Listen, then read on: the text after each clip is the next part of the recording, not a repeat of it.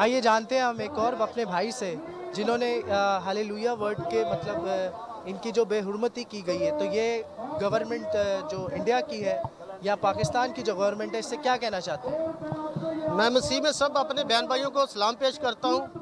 और ये जो हालेलुया का लफ्ज़ है, ये असल में उनको लफ्ज़ का मतलब ही नहीं मालूम। मतलब मालूम है मगर ना मानते हुए, लफ्ज़ को जानते हुए उन्होंने ये लफ्ज़ बीच में लेके आए हैं। और भारती और फराह खान और वीना टंडन, इनको अपने मज़हब का नहीं मालूम, तो ये हमारे को अपना हमारा मज़हब क्या बताएंगे? इनको अपने मज़हब का नहीं मालूम। और जिस मज़हब की, जिस रब की इन्होंने जो बेहुदा लफ्ज़ बोले हैं, वही खुदा, वो इनसे इंसाफ करेगा।